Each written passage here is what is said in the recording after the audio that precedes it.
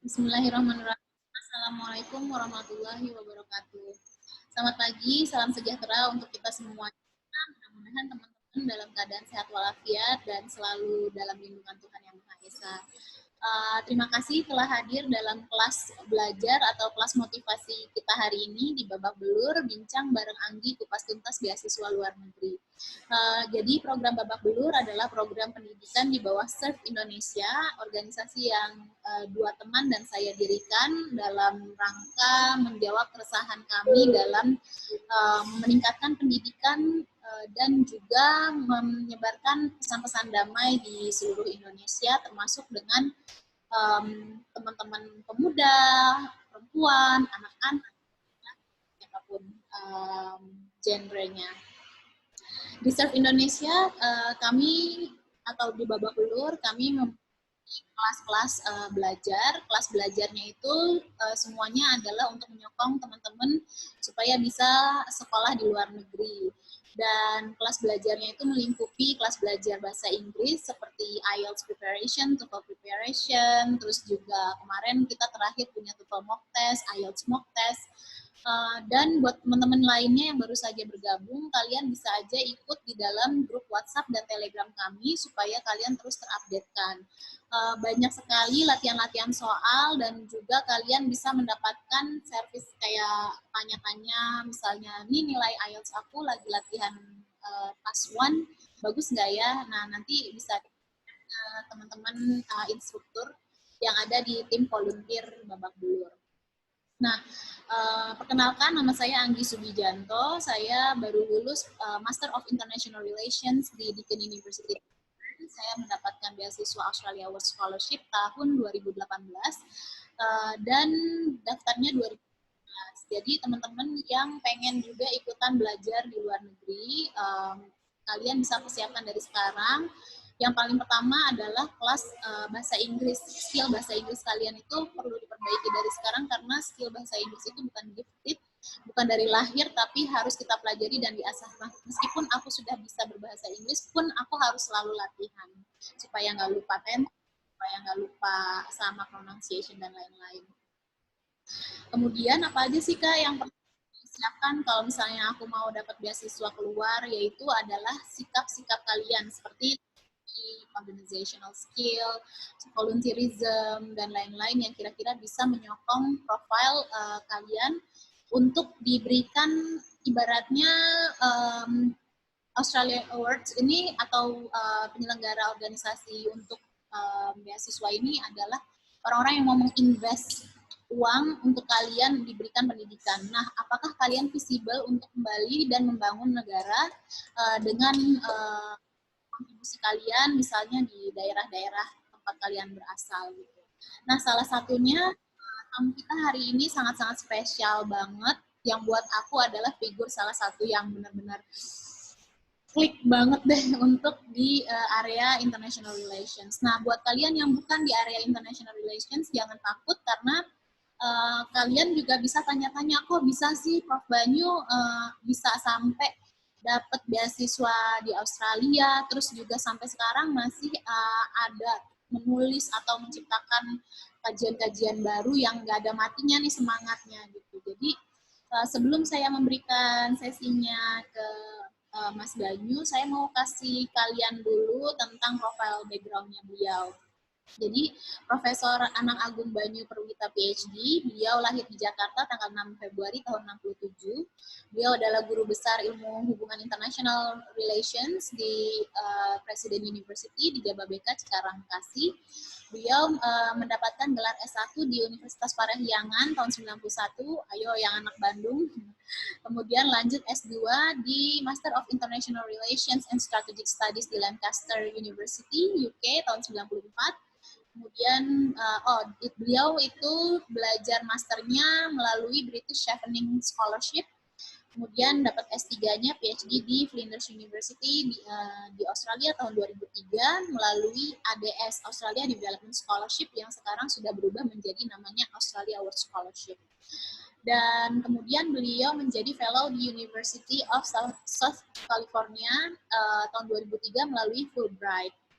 Dan buat teman-teman yang para guru beasiswa pasti udah pada mengenal beasiswa-beasiswa yang disebutkan di sebelumnya. Jadi Mas Banyu ini sudah goal ibaratnya 3 scholarship yang berbeda ya. Yang pertama British Chevening dari UK, kemudian Australia Award Scholarship atau ADS waktu Mas Banyu dapat, kemudian juga Fulbright Fellow atau Fulbright Scholarship. Jadi Amerika, UK, sama Australia. Ini keren banget ya Mas Banyu. Teman-teman yang udah hadir hari ini, kalian beruntung banget karena kalian bisa dapetin sekaligus satu orang dalam 3 beasiswa yang berbeda.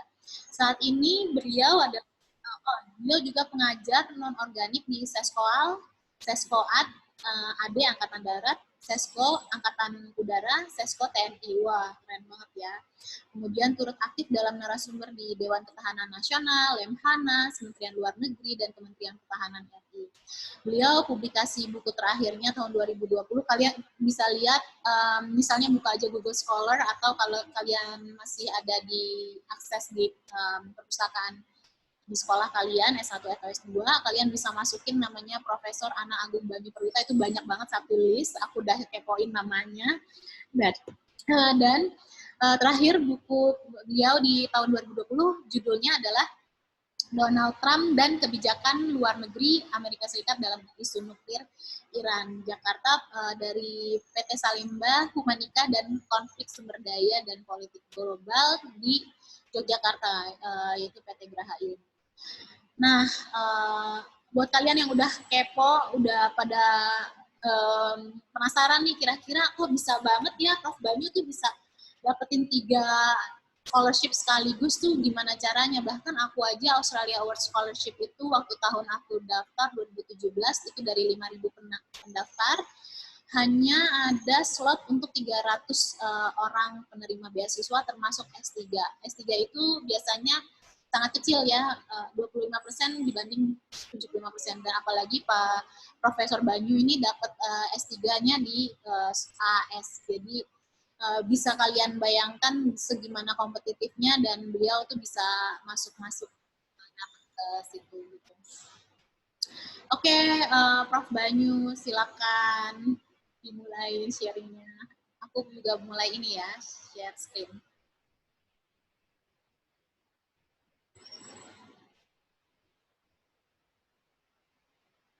Masih mute, Mas. Mikrofonnya masih mute. Oke, selamat pagi semuanya. Ya, pertama-tama tentu saya berterima kasih kepada Mbak Anggi ini yang berkenan mengundang saya untuk kita sharing ya.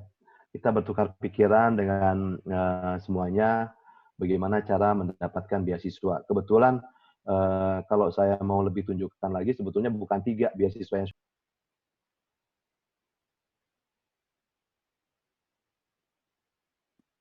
Sorry, Sam. Suaranya mute. ke mute. Sorry. Oh ya. Oke, ya saya ulang ya. Terima kasih. Okay. Terima kasih, selamat pagi semuanya. Mbak Anggi, makasih banyak undangannya. Dan saya bisa sharing di sini bersama teman-teman bagaimana memperoleh beasiswa. Mencari beasiswa itu susah-susah gampang memang. Nah, tapi saya mau pamer sedikit lagi ya. Sebetulnya saya bukan saja mendapatkan British Chevening Scholarship, ini salah satu yang paling bergengsi. Yang kedua tuh Australian Development Scholarship atau Australian Scholarship yang diperoleh oleh Mbak Anggi. Saya juga itu juga salah satu yang paling bergengsi di dunia. Yang ketiga tuh Fulbright, itu dari Amerika Serikat. Ini juga pokoknya ini yang bergengsi semua nih, 3-3-nya. Jadi kalau bisa dapat salah satu aja udah hebat. Kebetulan saya dapat 3 nih, jadi kebetulan nih. Tambah sebetulnya satu lagi. Yang keempat adalah saya juga mendapatkan DAAD. DAAD itu adalah beasiswa Jerman. Kebetulan saya mendapat ini untuk postdoc fellow. Jadi postdoc fellow itu adalah setelah kita mendapatkan gelar PhD, kita bisa melakukan penelitian, menjadi dosen tamu, menjadi profesor tamu di sebuah universitas di Jerman. Nah, saya melamar, saya apply beasiswa Jerman ini. Kebetulan saya dapat juga. Dan waktu itu saya memang sengaja nggak mau lama-lama, saya mau sekitar 3 bulan aja. Saya menjadi profesor di University of Gießen di dekat Frankfurt. Nah, ini atas beasiswa Jerman. Kalau teman-teman mau sekolah teknik, biasanya DAAD ini ngetop banget nih Jerman nih. Yang kelima yang saya dapat juga itu adalah beasiswa dari pemerintah Denmark, namanya Asian Scholarship. Ini juga adalah fellowship untuk menjadi peneliti tamu, profesor tamu di Denmark, di salah satu universitas di Denmark, namanya University of Copenhagen. Itu adalah ada satu think tank, pusat kajian namanya Nordic Institute of Asian Studies. Saya juga dapat di situ. Jadi saya dapat 5 beasiswa yang ada di dunia ini. Nah, sebetulnya kenapa saya bisa dapat 5? Apakah pinter? Saya merasa justru tidak pinter ya. Nah, mungkin yang teman-teman harus ketahui, mungkin Mbak Anggi bisa share PowerPoint saya barangkali. Nah, ini kita tukar cerita ya, pikiran aja. Karena memang kondisi hari ini dengan pada waktu saya memperoleh beasiswa itu beda sekali memang ya. Nah, saya dosen di Presiden University, di Universitas Presiden. Mungkin teman-teman tahu itu di Jababeka. Kalau lewat jalan tol dari Jakarta ke Bandung itu di KM 3034 itu ada belok ke kiri itu ke kompleks Jababeka, ada Universitas Presiden di sana. Nah, kampus ini juga menyediakan banyak beasiswa. Nah, sedikit saya bercerita ya, nanti teman-teman silakan deh mau bertanya segala macam. Sebetulnya pada hari ini ya, kalau kita lihat pendanaan beasiswa itu banyak sekali.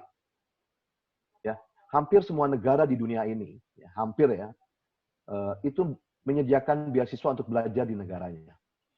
Belanda sekarang terkenal, ya, itu ada beasiswanya juga. Selandia Baru ada, namanya juga New Zealand Development Scholarship. Swedia, kemudian Cina, di Tiongkok sekarang banyak sekali loh beasiswanya dan banyak orang Indonesia yang belajar ke sana. Juga termasuk di Singapura, beberapa negara Eropa, kemarin beberapa mahasiswa saya minta rekomendasi untuk beasiswa di Polandia, ya. Kemudian negara-negara Eropa yang lainnya, Prancis. Jadi banyak mahasiswa saya minta rekomendasi untuk meneruskan studi S2 dengan beasiswa itu di hampir banyak negara di Eropa, termasuk juga di Asia Timur, di Jepang, di Korea Selatan, you name it lah ya. Kemudian di Cina, di Tiongkok saya sudah sebut, di Amerika Latin juga ada, di Timur Tengah juga ada, di Arab, Saudi Arabia dan di Mesir. Jadi sebetulnya sumber pendanaannya tuh banyak.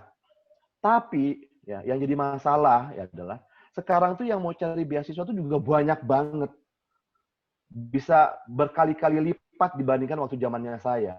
Waktu zamannya saya pertama kali mencari beasiswa itu tahun 92. Bukannya apa-apa.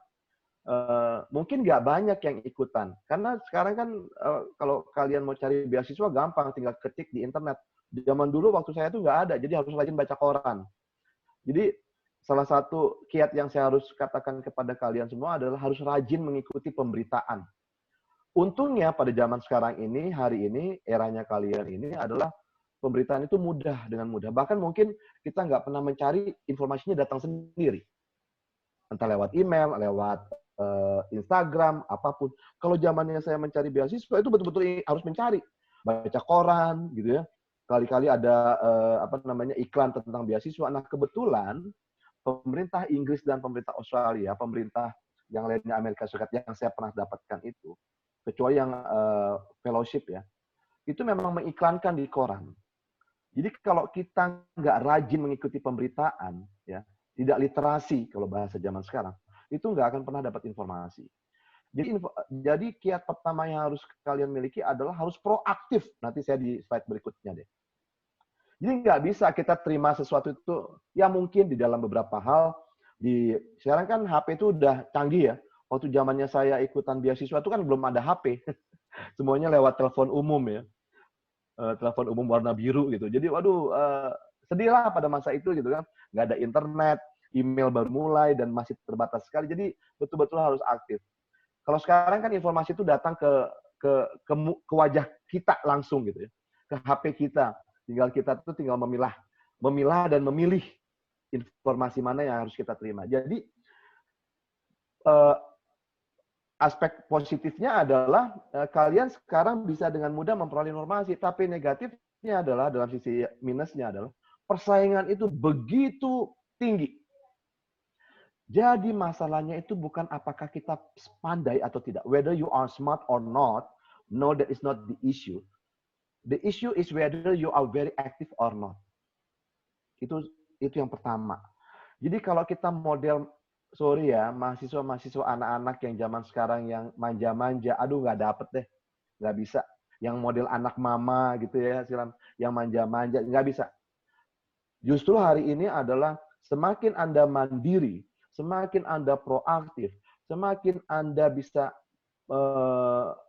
meningkatkan kekuatan pada diri sendiri, itu yang akan menjadi kuncinya. Nggak bisa tuh model manja-manja, apalagi zaman dulu.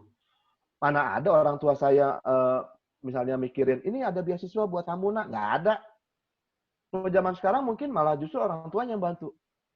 Ini ada beasiswa loh, kamu tertarik nggak ikutan? Segala macam. Mungkin orang tua bantu. Kenapa? Karena orang tua juga mendapatkan informasinya lewat gadget. Zamannya saya dulu, waduh, boro-boro deh gitu. Jadi kalau nggak mencari sendiri nggak akan. Jadi kemandirian proaktif itu perlu sekali. Karena apa? Karena jumlah peminat itu banyak. Ya. Waktu zaman dulu mungkin yang menguasai bahasa Inggris masih sedikit. Sekarang, anak-anak zaman sekarang, saya boleh cerita, anak saya aja yang masih kecil gitu, sekarang bahasa Inggrisnya udah bagus banget. Cuma gara-gara apa? Cuma gara-gara nonton TV. Jadi keunggulan anak-anak sekarang adalah kalian semua adalah, saya yakin kok, penguasaan bahasa Inggris kalian tuh jauh lebih bagus ketika saya waktu pertama kali mau memulai mencari beasiswa. Saya nggak berani tuh menulis satu kalimat pakai bahasa Inggris. Tapi anak-anak sekarang, aduh, your English is very, very fluent. Persoalannya adalah memang tidak hanya pada konteks bahasa Inggris. Ya. Jadi mungkin slide berikutnya Mbak Anggi, minta tolong. Nah, ini yang saya mau tekankan lebih banyak. Yang paling utama adalah buat saya itu adalah kepercayaan diri. Percaya diri di sini adalah bukan sombong ya, bukan arogan. Bahwa kita yakin pada diri sendiri bahwa kemudian kita melakukan persiapan matang. Apa persiapan matang tadi? Nggak jadi anak manja. Kita proaktif, ya, mencari segala sesuatu itu sendiri. Kemudian yakin pada diri kita bahwa kalau kita punya mimpi tertentu, saya mau sekolah di Amerika Serikat, maka juga harus dibarengi dengan upaya. Bukan hanya sekedar, waduh, gue pengen masuk sekolah di Amerika Serikat, tapi nggak ngapa-ngapain. Itu sama juga sama juga bohong. Ya. Jadi kalau kalian punya niat mau sekolah, cari beasiswa, siapkan dari sekarang bahwa Anda memiliki persiapan-persiapan yang dibutuhkan. Apa? Proaktif, percaya diri. Ya. Dan kemudian proaktifnya itu apa? Termasuk merencanakan kampus dan negara yang dituju. Jadi kalau misalnya sekarang ya, cari beasiswa yang pakai bahasa Inggris di kampus-kampus yang bahasa Inggris, pasti peminatnya banyak banget. Mbak Anggi, yang terakhir tuh tahun 2018. Ya kan? Peminatnya banyak banget. Tapi mungkin ya kalian, karena ada satu bidang studi yang mungkin kamu incar di negara tertentu, kamu cari di negara tertentu yang mungkin bukan bahasa Inggris. Misalnya di Tiongkok. Jadi akhirnya apa? Kamu harus proaktif bukan saja belajar bahasa Inggris, tapi juga belajar bahasa Mandarin. Teman-teman yang misalnya saja ke Turki, mau nggak mau ya harus belajar bahasa Turki. Teman-teman yang mau ke Korea, karena saking cintanya dengan K-pop, dengan boys band dan segala macam Korean culture gitu. Ya, belajar bahasa Korea, apalagi sekarang banyak film-film Korea kan. Nah, sekarang ini di Korea ini banyak sekali loh. Kebetulan saya juga pernah membuka penjajakan beasiswa Korea dengan beberapa kampus di Korea gitu. Nah, ini banyak sekali. Nah, jadi kita merencanakan kampus, jadi kita bisa spesifik gitu, bisa fokus. Itu yang kedua. Jadi nggak semuanya pengen ke Inggris atau ke Australia karena persaingannya banyak banget. Karena bahasa Inggris itu udah biasa lah kalau buat saya.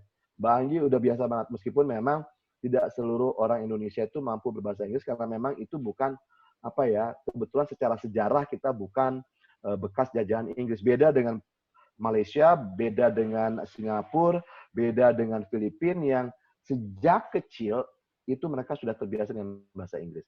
Tapi saya yakin kok kalau anak-anak sekarang itu bahasa Inggrisnya udah biasa deh, udah nggak sesuatu hal yang sulit lah.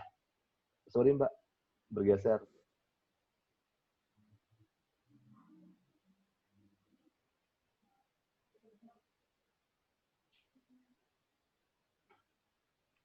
Nah, jadi itu konteks merencanakan kampus. Jadi semakin kita bisa mempersiapkan ini dengan matang sejak dini. Nah, ini ya.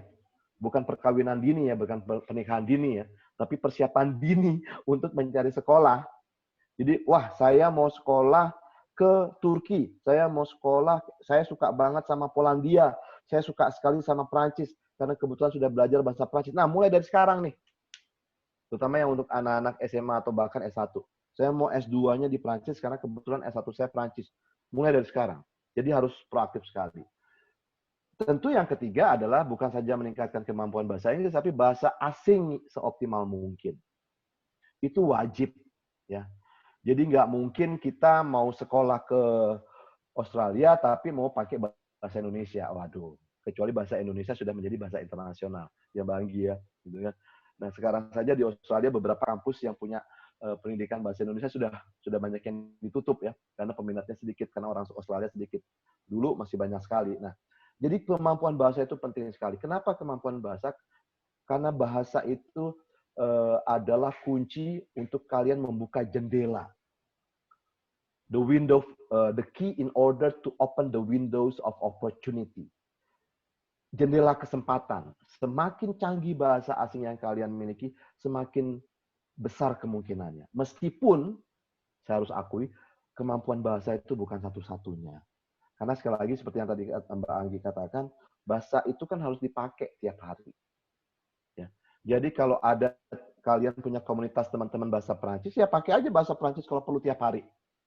Jadi kasarnya kalau kita sudah bisa mimpi dalam bahasa asing yang kita miliki, itu berarti bahasa kita udah canggih. Jadi kalau teman-teman yang punya kemampuan bahasa Inggris, kalau pernah mimpinya pakai bahasa Inggris, tiba-tiba terbangun semua pakai bahasa Inggris, berarti bahasa Inggrisnya udah oke. Kalau teman-teman punya kemampuan bahasa Korea, tiba-tiba kalian ketemu siapa bintangnya orang Korea dan ngomongnya pakai Korea, berarti bahasa Korea Anda udah bagus. Begitu juga dengan bahasa-bahasa yang lain.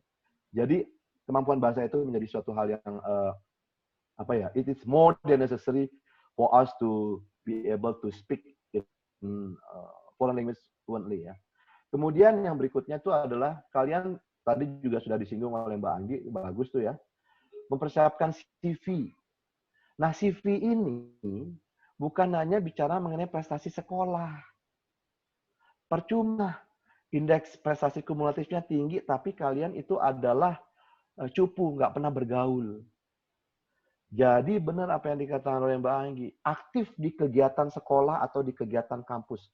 Karena nanti si interviewer, ya orang yang nanti akan melihat CV kalian itu akan, wah ini anak aktif sekali ya.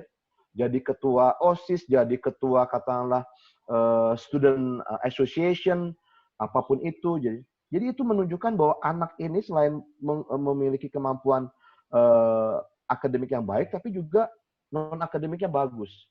Apalagi misalnya teman-teman itu punya prestasi. Pernah menang juara 1, the second winner of essay competition. Itu semakin banyak prestasi yang bisa dimasukkan di dalam CV, itu semakin bagus. Kenapa? Karena kalau kita mau cari beasiswa, secara sederhana pada dasarnya tuh kita akan menjual diri kita kok. Nah, dalam tanda kutip ya, yang positif. Nah, kalau kita akan menjual diri kita, sama kalau seseorang akan menjual barang, maka harus menunjukkan keuntungan, kelebihan dari barang tersebut. Maka kita harus juga menunjukkan kelebihan diri kita. Satu, indeks prestasi di sekolah bagus.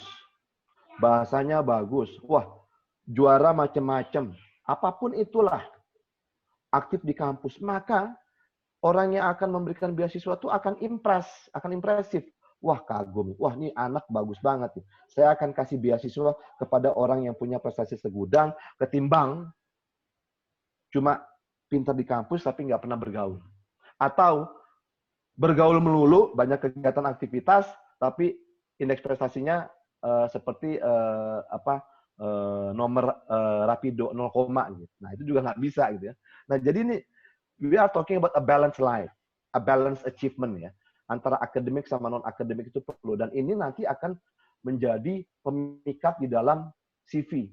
Juga kemudian kalian nanti akan diminta untuk menulis motivation letter. Kenapa sih kalian mau sekolah di Polandia? Jangan jawabannya jangan esainya yang model biasa-biasa aja. Harus cari yang anti mainstream misalnya. saya mau sekolah di Korea karena saya jatuh cinta pada budaya Korea. Nah, itu biasa. Ya. Tetapi Anda bisa meyakinkan, the reasons why I want to study in Korea by having a scholarship from your government, from the Korean government, because I would like to make a closer relations between Indonesia and Korea. Saya ingin mempererat hubungan Indonesia Korea dengan meningkatkan bidang studi saya yang saya yakin itu dimiliki oleh Korea. Itu motivation letter yang tidak biasa. Ketimbang cuma saya ingin mempelajari budaya Korea lebih lanjut. Kalau kalian mau belajar budaya Korea, nanti orang Koreanya bilang, ya udah lu nonton film gua aja deh. Lu dengerin lagu-lagu gue aja dari K-pop, dari K-wave, dan sebagainya. Jadi, motivation letter itu tulis yang tidak mainstream, yang anti mainstream.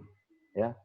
Jadi, misalnya di Turki ada bidang studi tertentu yang terkenal, dan dengan demikian saya ingin mendalami karena negara Anda itu memiliki kemampuan bidang ilmu yang beda dibandingkan negara yang lainnya. Nah, misalnya seperti itu.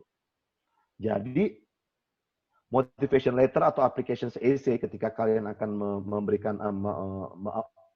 melamar apply beasiswa itu sangat penting sekali. Jadi semakin memikat, semakin impresif ya CV dan motivation letternya, application essay-nya itu akan semakin besar juga. Jadi, nah ini bagaimana caranya? Mungkin teman-teman ada yang tanya. Berdiskusilah dengan teman-teman, dengan kakak-kakak, dengan orang yang pernah mendapatkan beasiswa dari negara tadi. Misalnya teman-teman ada yang mau sekolah ke Australia, cari beasiswa.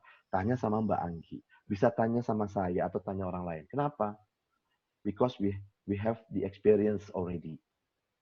Kita udah punya pengalaman tadi. Gitu. Jangan kalian bertanya kepada orang yang nggak pernah dapat beasiswa. Ya, pasti nggak nyambung dong. Gitu loh ya. Itu. Atau kalian bertanya kepada, misalnya, ya kakak saya pernah sekolah di Turki, saya mau cari beasiswa Turki, tapi kakak kalian atau tetangga kalian sekolah ke Turkinya pakai biaya sendiri, beasiswa dari orang tua. Ya beda. Sense-nya tuh beda. Gitu. Nah, jadi carilah orang yang memang betul-betul pernah mendapatkan beasiswa dari negara, dari kampus, apalagi dari kampus yang akan kalian tuju.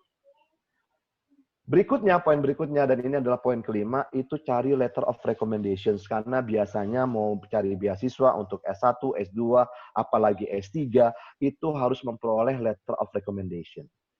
Jadi ada seseorang yang mengenal Anda dan menuliskan positive points ya, tentang diri kita yang meyakinkan bahwa orang ini memang pantas mendapatkan beasiswa. Nah, biasanya letter of recommendations ini diperoleh dari dosen kalian. Ya. Jangan minta letter of recommendations dari seseorang yang belum pernah mengenal Anda. Misalnya, contoh, ya, ada salah seorang di sini. Prof, Banyu, saya minta recommendation dong. Sementara saya baru kenal Anda. Agak sulit buat saya menuliskan rekomendasi. Meskipun itu bisa di make up. Ya. Tapi carilah orang yang betul-betul mengenal Anda dan Anda percaya, ya, the trustable person, that this person can support your application. Nah, biasanya itu dosen atau katakanlah profesor Anda, atau katakanlah guru atau kepala sekolah, siapapun yang dekat dengan Anda, atau misalnya buat teman-teman yang sudah bekerja, bos di kantor. Nah, letter of recommendation ini buat saya agak unik. Karena biasanya, terutama untuk teman-teman yang mau S3 ya, kebetulan saya pernah beberapa kali mendapatkan kesempatan ini. Rekomendasi dari orang yang betul-betul paham tentang beasiswa tadi itu akan menentukan. Gitu loh. Sehingga dengan demikian, karena si pemberi beasiswa akan percaya kepada orang yang memberikan rekomendasi kepada kita tadi. Jadi, ada banyak faktor yang bisa menentukan. Salah satunya adalah rekomendasi tadi. Mengenai prestasi dan aktivitas di luar akademik, tadi saya sudah kupas sedikit banyak. Yang paling penting adalah kita harus aktif, bukan mahasiswa yang cuma kuliah pulang, nggak bisa. Kalian harus aktif di organisasi dan sebagainya. Jadi satu hal yang perlu saya ingin saya katakan adalah there will be no single factor analysis ya. kita nggak bisa menganalisa apakah kita dapat beasiswa atau tidak cuma gara-gara satu faktor. Itu banyak banget faktornya. Dan faktor laki itu juga ada. Keberuntungan. Dan juga ora et labora. Kita berupaya keras tapi juga jangan lupa berdoa. Itu penting gitu ya. Karena kita nggak pernah tahu kondisinya. Kalau saya sih, saya selalu merasa saya beruntung. Jadi hidup itu terus beruntung. Tapi beruntung itu tidak datang dengan sendirinya. Keberuntungan itu datang ketika kita sudah melakukan effort yang begitu besar dan pengorbanan bahkan ya. Itu satu ya. Mungkin Mbak Anggi juga melakukan pengorbanan tertentu ya. Biasanya orang-orang yang mendapatkan beasiswa itu melakukan pengorbanan tertentu apapun itu. Misalnya saja belajar lebih keras, bekerja lebih keras, mungkin akan mengabaikan sedikit waktu pribadi kita. Ya. Dan itu yang biasanya dilakukan oleh orang-orang yang punya kepercayaan diri yang kuat untuk mendapatkan beasiswa, karena susah-susah gampang. Dan yang terakhir tadi, proaktif, sudah saya bicarakan di depan, betapa kita memang tidak bisa diam saja seakan-akan informasi itu akan datang. Jadi kita nggak bisa seperti di sebuah halte bus, nunggu di halte bus nanti bus akan datang. Kalau kita lewat nanti bus berikutnya bisa akan datang. Nggak kayak gitu. Itu nggak berlaku banget buat orang yang mau cari beasiswa. Kita yang harus ngejar busnya. Ya. Kita harus yang proaktif. Kita nggak bisa diam, duduk, sambil main HP di halte, nanti angkot akan datang. Angkotnya lewat, berikutnya. Nggak bisa. Ya. Jadi sekali lagi kita harus proaktif, dan bahkan tadi saya katakan, biasanya orang-orang yang menerima beasiswa itu pernah mengorbankan sesuatu. Dan itu yang harus kita lakukan. Ya. Pengorbanan waktu, pengorbanan energi, dibandingkan teman-teman yang katakanlah, misalnya saya sedikit cerita gitu ya. Waktu pertama kali saya mau cari beasiswa, pertama kali, saya bilang sama orang tua saya, Pak, saya mau sekolah ke luar negeri, bisa biayain nggak? Ayah saya dengan gampangnya pada waktu pakai bahasa zaman dulu, kamu tuh siapa? Ayah tuh siapa? Emangnya anak konglomerat, anak pengusaha besar. Maka kalau kamu mau sekolah ke luar negeri, cari beasiswa. Itu yang melecut saya. Beda dengan teman-teman sekolah saya. Saya cerita sedikit deh. Saya punya teman-teman sekolah yang orang tuanya tajir melipir kalau bahasa zaman sekarang. Very rich. Dan mereka dengan mudah berangkat ke Australia, berangkat ke Amerika Serikat, segala macam. Karena orang tuanya yang memberikan beasiswa. Tapi seni, ya, kemudian pengorbanan dan pengalaman hidup itu akan menjadi beda ketika kita sekolah ke luar negeri atas biaya orang lain. Itu kebanggaannya beda. Betul nggak Mbak Anggi? Ya. Betul nggak? Jadi bangga sekali bahwa, wah gila loh, gue bisa sekolah, gue bisa di Australia tuh karena dibayarin orang loh. Dan gue usaha sendiri, itu kebanggaan, dan itu akan kalian bawa seumur hidup kalian. Ya. Ketimbang, mohon maaf, sekadar meminta menengadahkan tangan kepada orang tua. Kita memang menengadahkan tangan kepada negara lain untuk mendapatkan beasiswa, tapi harus ada upaya. Ya, itu. Nah, jadi saya akhiri di sini aja dulu supaya lebih banyak waktu untuk diskusi, dan saya lebih suka diskusi sambil sharing cerita. Mungkin nanti Mbak Anggi juga akan menambahkan dan yang lain-lainnya. Terima kasih Mbak Anggi dan teman-teman yang lainnya. Semoga ini bisa bermanfaat, dan saya tunggu komentar, pertanyaan, dan segala macam kiat untuk mendapatkan beasiswa di luar negeri. Terima kasih. Ya, makasih banget nih Mas Banyu, keren banget ya. Singkat, padat, dan benar-benar faktor-faktor yang kira-kira Mas Banyu pelajari dari pattern yang Mas Banyu lewati selama ini sebagai pengalaman hidup, dan sampai goal berbagai macam beasiswa, sampai ada DAAD, ada juga yang kayak tadi ada Jerman, UK, US, Australia, itu hampir semua benua ya. Denmark satu lagi. Jadi keren banget ya teman-teman. Kalau misalnya ada pertanyaan, ini orangnya udah ada di depan mata kita, langsung aja kasih pertanyaan.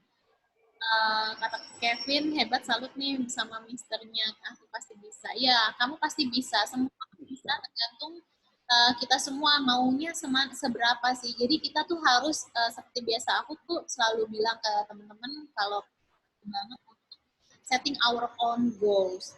Jadi standar kita tuh semana. Kita mau standar kita segini, atau segini, atau segini, atau segini.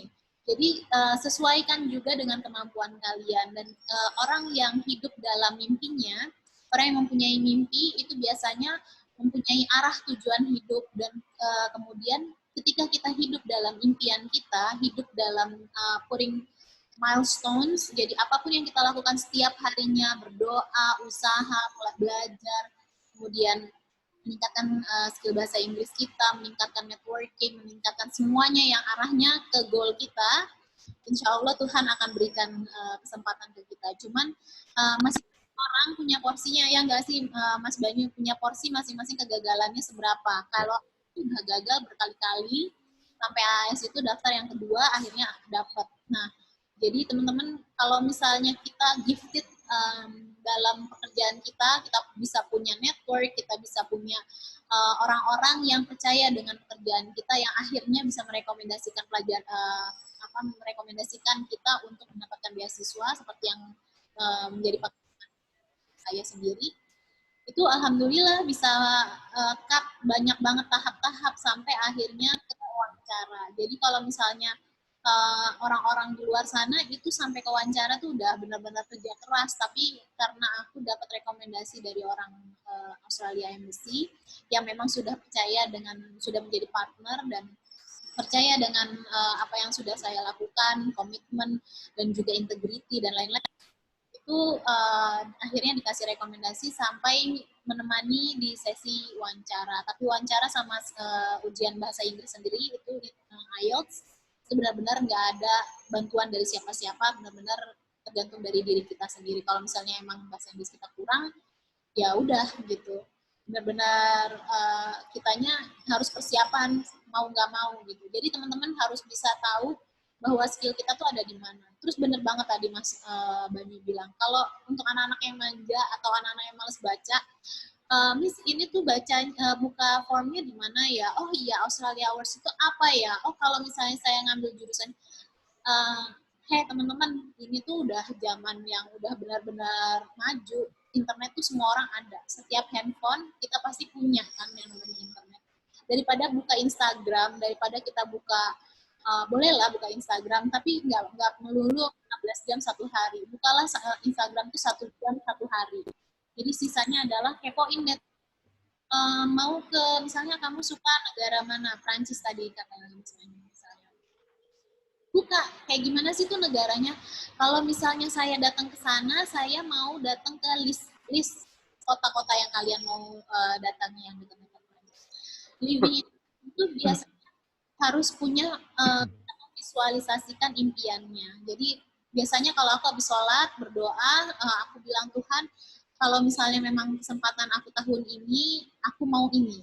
Disebutin, misalnya aku mau ke Sydney, mau lihat Opera House, aku mau duduk di depan Flinders Station yang jadi landmarknya Melbourne, aku mau ke Adelaide, aku mau ke seluruh bagian Australia. Dan biasanya itu benar-benar tercapai ya kalau misalnya kita benar-benar bisa memvisualisasikan dan mengkomunikasikannya kepada Tuhan. Karena kan biasanya kita itu punya jarak sama Tuhan. Biasanya kita hanya datang ke Tuhan tuh ketika kita lagi mau berdoa aja, lagi ada maunya, lagi pengen mintanya. Tapi nggak pernah kita curhat dan menjadikan Tuhan itu adalah teman curhat kita dan teman yang sebenarnya punya jawaban dari semua masalah kita. Jadi biasakanlah teman-teman untuk menjadikan Allah atau Tuhan kita tuh sebagai orang yang pertama atau sebagai tempat yang pertama untuk kita menceritakan dan meminta bantuan. Karena kita nggak pernah tahu bahwa ternyata universe kayak misalnya meja, kursi, dinding yang ada di sini tuh semua mempunyai energi yang akhirnya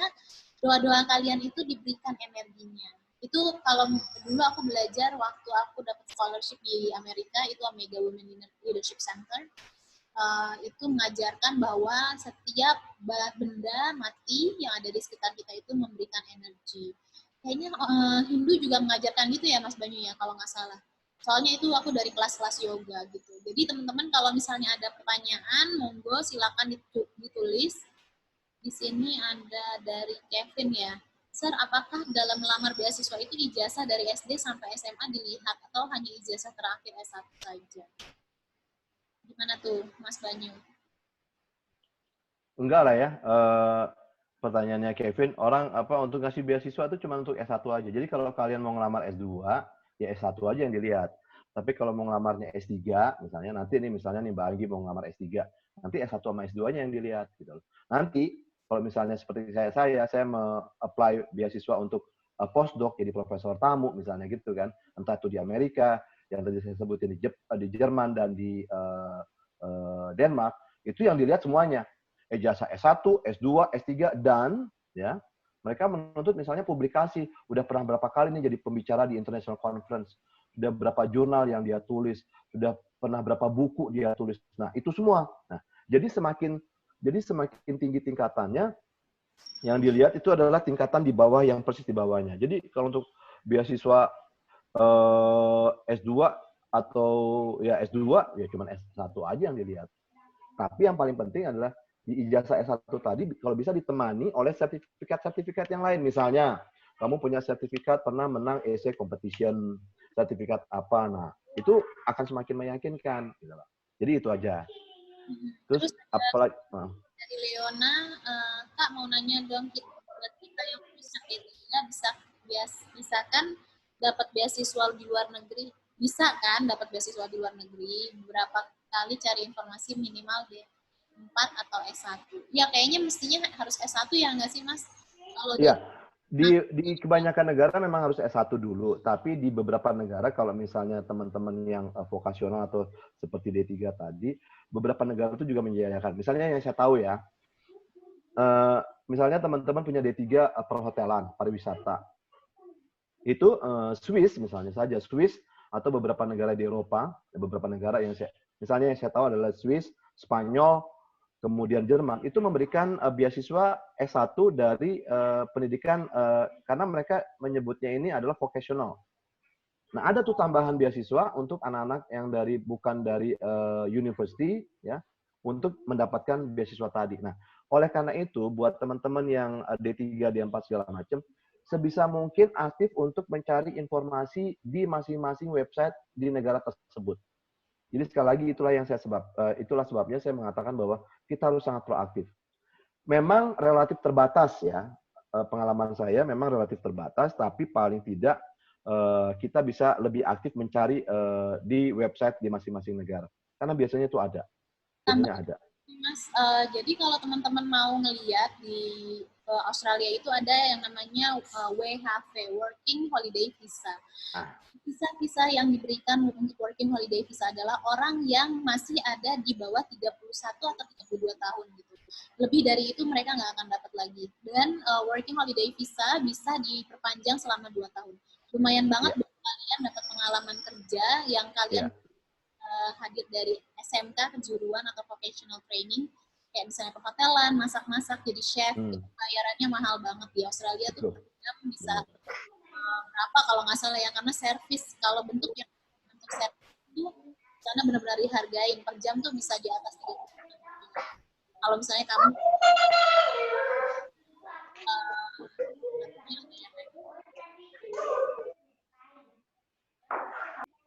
kalau misalnya kalian benar-benar bisa mengaplikasikan ilmu kalian perhotelan kah, atau masak-masak kah, atau dan lain-lain. Jadi Working Holiday Visa menjadi salah satu opsi buat kalian kalau misalnya kalian mau mencoba peruntungan ke luar negeri. Mestinya sih kalian bisa ikut ke perkumpulan atau komunitas Indonesia yang ada di negara itu dulu untuk buat nanya-nanya, atau kalian bisa nanya-nanya orang-orang yang udah pernah tinggal di sana, kayak misalnya aku kan student di sana, terus pasti punyalah informasi atau bisa refer kalian kemana bisa buat belajar. Itulah gunanya network soalnya. Terus yang selanjutnya nih, Mas, ada dari Pak Pahan. Mason Pak Pahan ya? Ya, saya mau nanya. Ya. Bisa lemar beasiswa S2, SDK bisa. Gimana sih langkah-langkahnya dan apakah ada kampus rekomend untuk Master Strategic Management? Thank you Mbak Anggi dan Prof.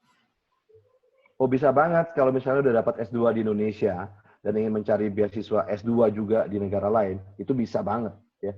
Bahkan malah justru kalau kamu punya S2 di Indonesia, kalau menurut saya itu malah justru lebih memperkuat ya. Karena kamu ingin lebih mendalaminya dalam konteks bahasa asing. Itu bisa sekali. Nah, sekali lagi komentar saya adalah ya tentu Mason kamu harus sangat aktif ya.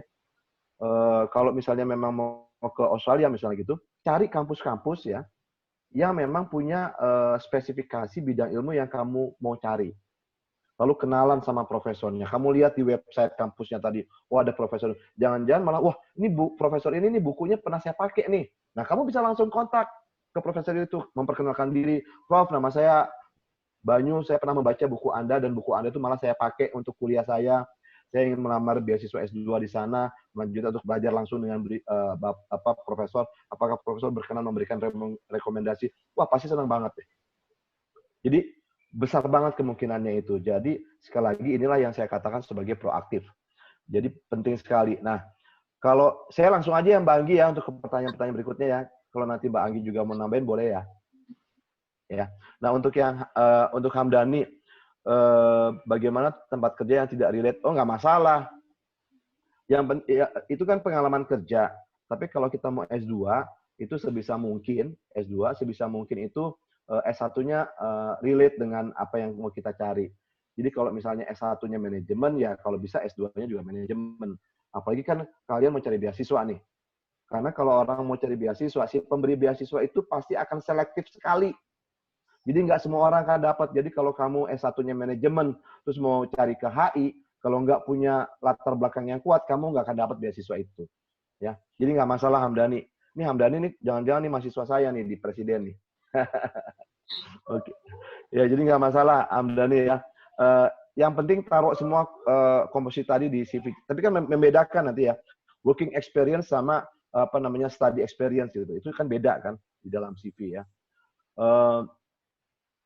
Tips and trips memilih universitas tergantung passion ya. Makanya ini adalah kalau buat saya adalah tak kenal maka tak sayang. Kalau saya biasanya ya waktu S2 pengalaman British Chevening ya. Saya memang kebetulan ingin mempelajari kebetulan sekali ya pada waktu itu tahun 91-92 yang namanya kajian strategic studies itu di Indonesia masih belum ada yang ngambil. Relatif jarang sekali. Nah, saya memang tertarik sekali dengan strategic studies. Nah, dengan minta bantuan ke British Council, waktu itu saya belum dapat beasiswa tuh. Saya tanya, dan dikirimin kan, model sekarang kan dikirimin, model zaman dulu kan tuh dikirimin brosur tuh pakai pos kan. Dan British Council itu baik sekali, dan kebetulan saya pernah ke perpustakaannya, dan sering ke perpustakaannya. Cuma gara-gara supaya kita terbiasa bahasa Inggris gitu kan, minjem buku pakai bahasa Inggris. Itu dikasih brosur informasi tentang universitas di Inggris ya yang saya cari itu yang memiliki misalnya kajian strategic studies. Nah, akhirnya saya baca karena zaman dulu belum ada internet dengan mudah itu sama sekali nggak ada lah, ribet lah pokoknya. Jadi betul-betul harus aktif membaca, mengorbankan waktu kita di perpustakaan waktu itu di Gedung Wijoyo di Sudirman gedungnya. Baca di situ berjam-jam. Cuma sekadar membandingkan brosur universitas mana yang kita mau cari. Kebetulan, nah, bagaimana caranya memilih universitas?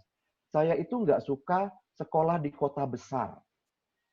Misalnya di London, Manchester. Itu saya nggak suka. Kenapa? Dan saya memang nggak suka hidup di Jakarta waktu itu. Ya, saya tuh sukanya tuh hidup di kota kecil. Nah, makin spesifik kan? Supaya apa? Saya cuma berpikirnya sederhana. Supaya saya fokus sekolah. Kalau saya sekolah di London, pada waktu itu misalnya gitu ya, pasti kerjanya tiap minggu akan nonton bola. Atau sama di Manchester, karena waktu itu saya sudah mulai, padahal tadinya juga mau ke Manchester, mulai suka dengan MU, sampai detik ini saya fans beratnya MU. Begitu saya lihat, baca Manchester itu kota besar, saya nggak berani. Kenapa? Takut terganggu konsentrasi. Kenapa? Karena sekolah S2 di Inggris itu paling lama cuma 14 bulan. Dan saya dengar dari kebetulan beberapa dosen saya yang pernah sekolah di Inggris itu jauh lebih padat dibandingkan di tempat-tempat yang lainnya. Jadi bisa mencret-mencret. Dan beneran, begitu saya dapat sekolah di Inggris, di kota kecil, dan saya memang sengaja di kota kecil, dan kebetulan Lancaster itu posisi ranking universitasnya, dan ini yang harus kalian teliti ya, cari tahu, memang bagus di antara 10 besar di kampus-kampus di Inggris. Maka saya cari di situ. Betul. Begitu saya pertama kali masuk Inggris dan pertama kali saya keluar negeri pada waktu itu, bayangkan. Langsung terbangnya ke Inggris. Lewat London dengan bahasa Inggris pas-pasan, harus naik kereta 3 jam ke Lancaster, itu nangis-nangis. Karena sampai di Lancaster itu, waktu itu mulai musim dingin, bahasa Inggris masih terbata-bata, nyampainya malam, udah bener nangis-nangis waktu itu. Besoknya begitu juga, gila nih sekolah di luar negeri kayak begini gitu. Bahkan saya cerita nih, pengalaman buruk saya waktu itu. Saya pernah 2 hari kemudian saya telepon ibu saya, Bu, saya mau pulang aja deh Bu, dingin banget, nggak bisa sekolah di sini, bahasa Inggrisnya pas-pasan segala macam. Sampai kayak gitu loh, zaman dulu ya. Tapi ya, karena sekali lagi, tapi karena passion kita kuat, dan memang fokus ya akhirnya bisa gitu. Nah, zaman sekarang itu agak berbeda. Kalau kalian mau cari universitas, tinggal cari di Google. Universitas X segala macam. Terus kemudian bisa tour de kampusnya pakai 360 derajat, bener nggak Mbak Anggi ya? Jadi gampang sekali. Nah, karena gampang itu anak-anak zaman sekarang tuh manja. Coba aja deh, kamu mau cari Universitas X di Google, cari paman Google. Wah, semua keluar deh. Nah, sense ini ya yang nanti akan menjadikan kita tuh agak manja, akhirnya upaya kita tuh rendah. Dibandingkan mohon maaf dengan zaman saya. Zaman saya itu kan zaman jadul ya. Tahun 91 nyari sekolah. 91 itu kan berarti berapa puluh tahun yang lalu ya? 29 tahun yang lalu ya? 29 tahun yang lalu loh. Bayangkan, kalian aja belum ada umurnya sekarang 29 tahun. Bayangkan 29 tahun yang lalu di Jakarta, di Indonesia. Dan harus terbang ke Inggris, nun jauh di sana gitu loh. Nangis-nangis terbang, nggak kayak pesawat zaman sekarang lah. Nggak ada TV-nya, nggak ada apanya. Gitu ya. Jadi, kita harus tahu persis sekolahnya, sehingga dengan demikian kita sudah punya sense. Nah, biasanya itu kenapa? Orang yang akan sukses sekolah di luar negeri ya, terutama dengan beasiswa, ya, nanti juga pasti Mbak Agi punya pengalaman. Itu karena kemampuan adaptasi yang bagus, adjustment. Kalau kalian nggak punya kemampuan adaptasi di sebuah tempat yang betul-betul blank, you will not be able to survive. Sehingga dengan demikian kemampuan adaptasi itu adjustable, itu yang harus kalian miliki.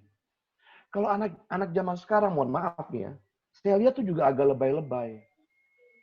Daya adaptasinya, itu culture shock-nya tuh tinggi sekali.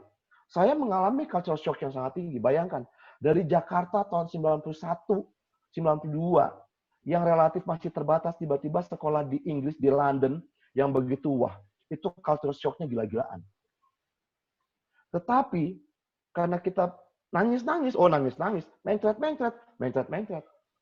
Kuliah 1 minggu udah dikasih tugas bikin paper. Gimana gak nangis-nangis di library gitu kan.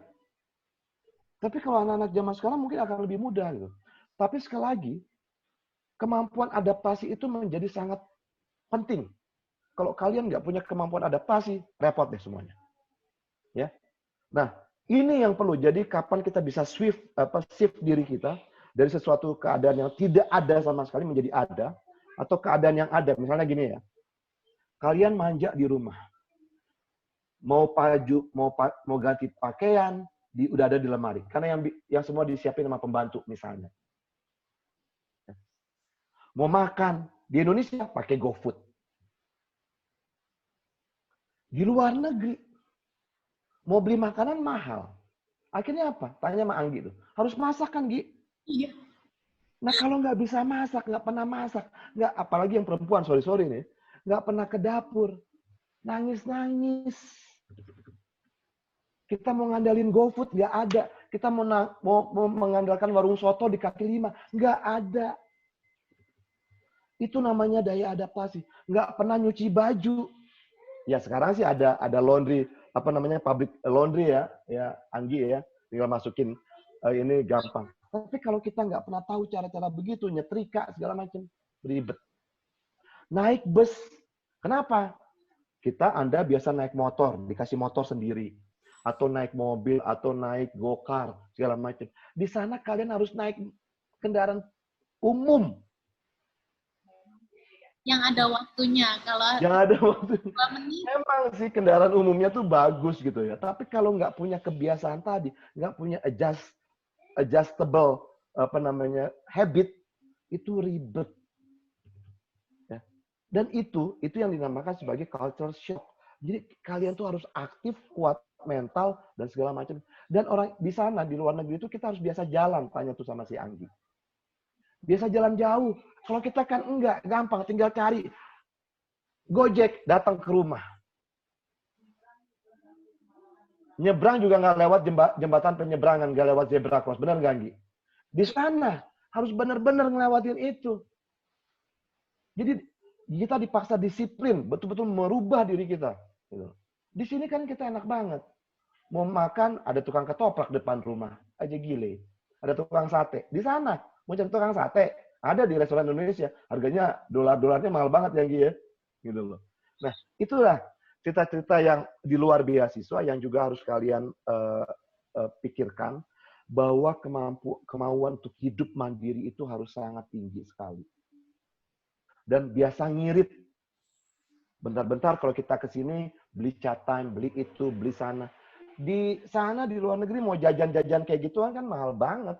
Kemana-mana kita harus bawa botol minuman, segala macam. Ya, mungkin di sini juga begitu ya.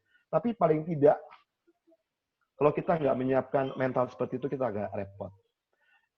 Itu barangkali tanggapan saya, Mbak Anggi. Mbak Anggi mungkin bisa menambahkan. Iya, itu seru-seru banget tuh ceritanya, bener banget tuh Mas. Yang awal aku masuk, itu kan ada kesiapan, setiap AS itu selalu kasih kesiapan program. Kita 3 bulan sebelum masa belajar dimulai.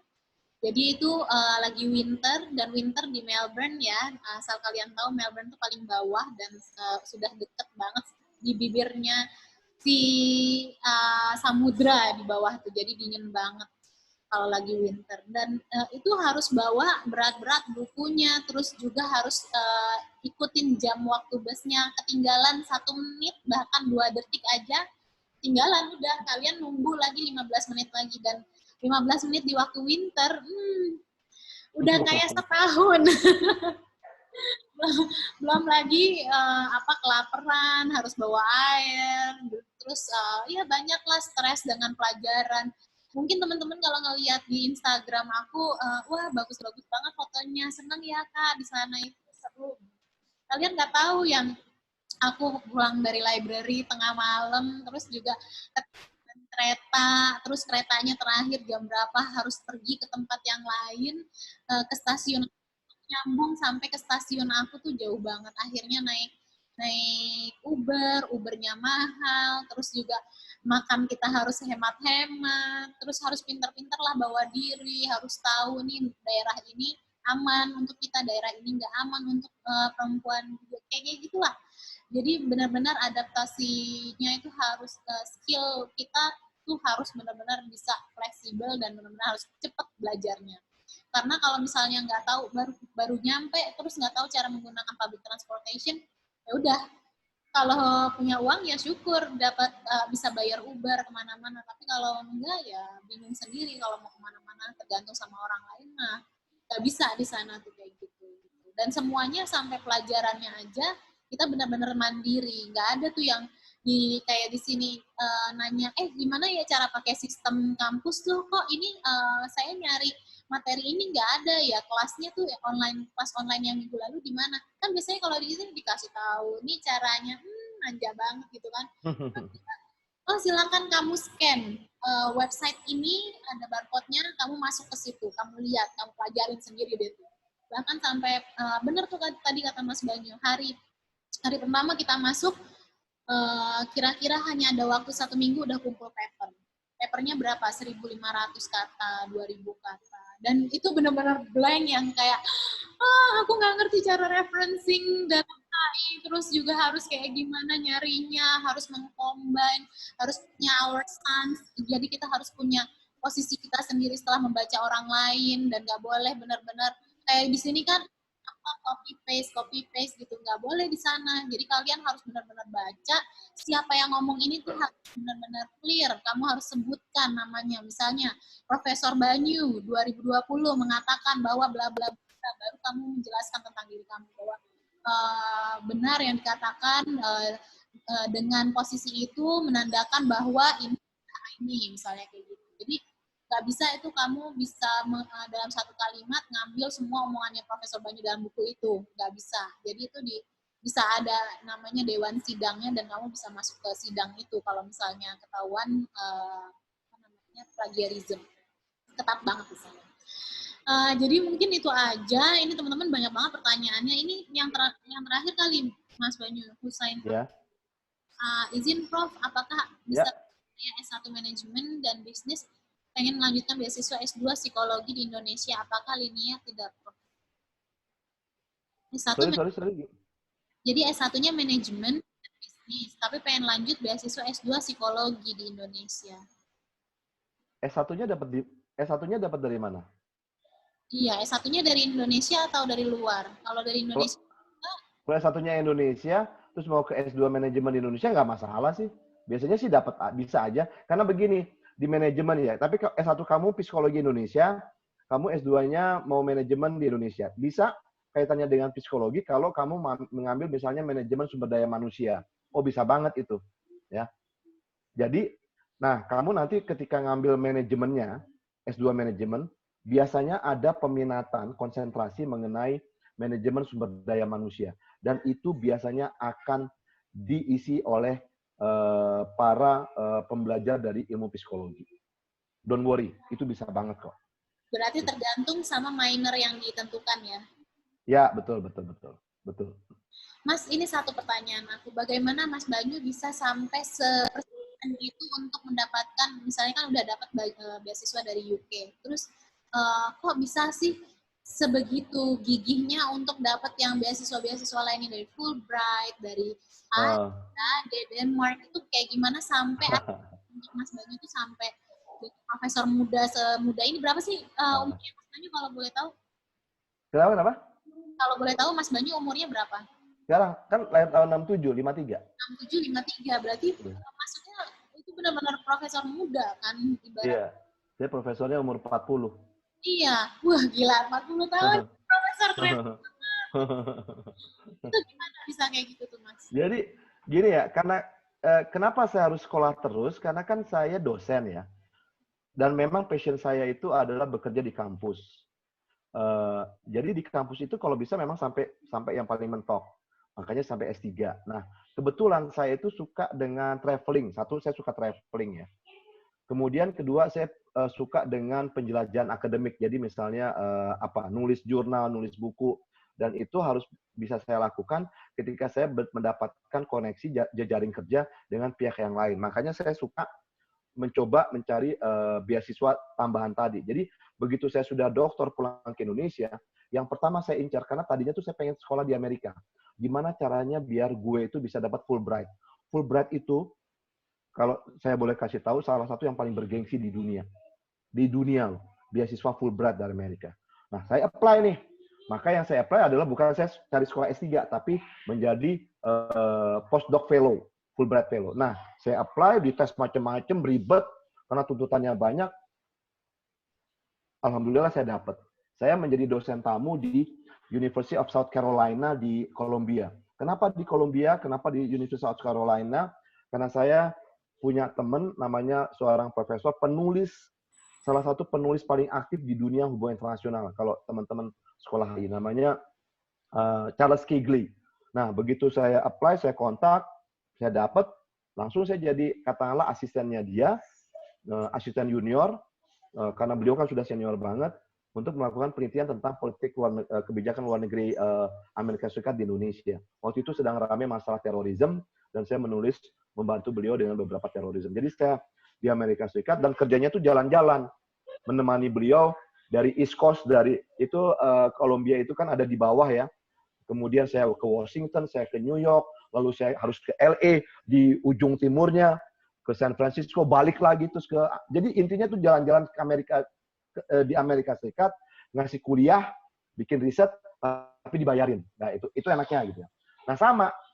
Begitu saya selesai di Amerika Serikat, kayaknya gue harus ke Eropa lagi nih. Kok kangen Eropa ya? Tapi nggak mau ke Inggris. Saya mau ke Jerman, karena Jerman saya belum tahu. Wah, saya apply lah DAAD. Nah, DAAD itu adalah beasiswa paling bergengsi di Jerman dan di Eropa.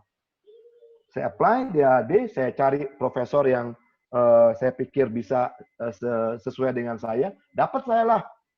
Namanya di University Gießen di Frankfurt. Saya memang dekat Dan saya nggak mau di Frankfurt, tapi di kota kecil Frankfurt. Jadi kira-kira itu Gießen itu kayak Bekasi lah.